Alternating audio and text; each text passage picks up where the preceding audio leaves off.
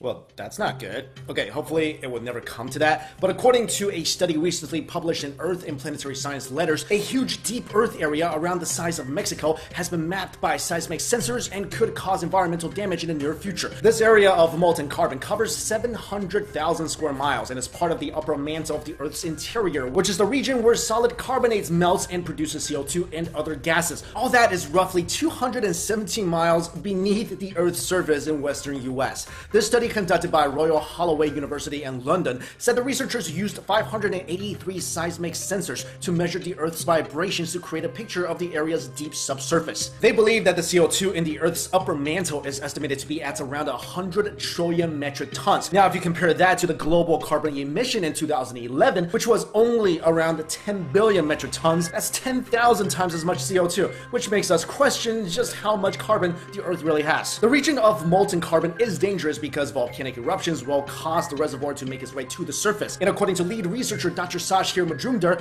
but one important mechanism by which carbon sinking to the mantle via a subducting oceanic plate can make its way back to the surface is by arc volcanism. Arc volcanism returns between 30 to 40% of the total subducted carbon back into the atmosphere. The remaining carbon stays in the mantle for much longer. The discovery of this massive lake of molten carbon has implications for our future atmosphere because 1% of all the CO2 from the molten carbon is already equal to the burning of 2.3 trillion barrels of oil. And since the surfacing of the molten carbon is caused by volcanic eruptions, we're gonna have to keep an eye out on Yellowstone because that's one of the places that the molten carbon covers. If you didn't know, Yellowstone has a supervolcano that sits on a huge reservoir of molten rock, and if erupted, would be 1,000 times stronger than the 1980 Mount St. Helens eruption, which killed dozens of people and destroyed hundreds of homes. Although it's been dormant for about 70,000 years, scientists say it's still possible for it to erupt, with the chances being 1 in 730,000. But hey, that's still better than Powerball odds. So to quote the New York Lottery tagline, hey, you never know. Next up, King Tutankhamun's tomb is being investigated once again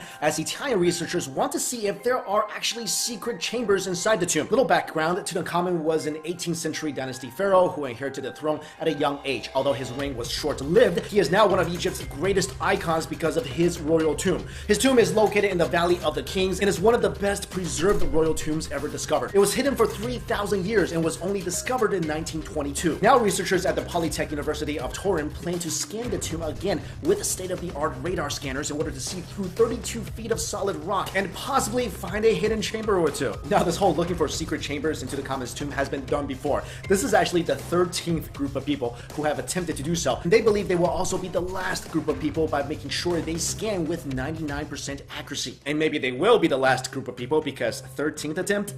Yeah, it doesn't sound too good. Anyway, in 2015, radar scans from another group of researchers showed that there was a great possibility of 2 hidden chambers inside the tomb. But soon after that, another scan was made by National Geographic Society, which didn't show any sign of hidden chambers at all. Because of all the scanning and investigation of the royal tomb, Egypt's antiquity manager pretty much banned any sort of digging in that area. And now 2 years later, the hunt begins again. The Italian researchers will begin their radar scan later this month, and the project could take anywhere from a few days to many weeks. But let me ask you guys, looking for secret chambers in a famous mummy's tomb? The new Mummy movie coming out? Coincidence? Also, if there are secret chambers in this tomb, I mean, they're secret for a reason, right? Maybe let's not go mess with that. But let me know what you think. Super volcano apocalypse, the mummy apocalypse, which one do you think has a greater possibility of happening, and which do you prefer? I mean, a massive volcanic eruption sounds pretty terrifying, but so does being invaded by millions of undead, unkillable, ancient Egyptian soldiers. Alright, thank you all so much for watching. I'll see you.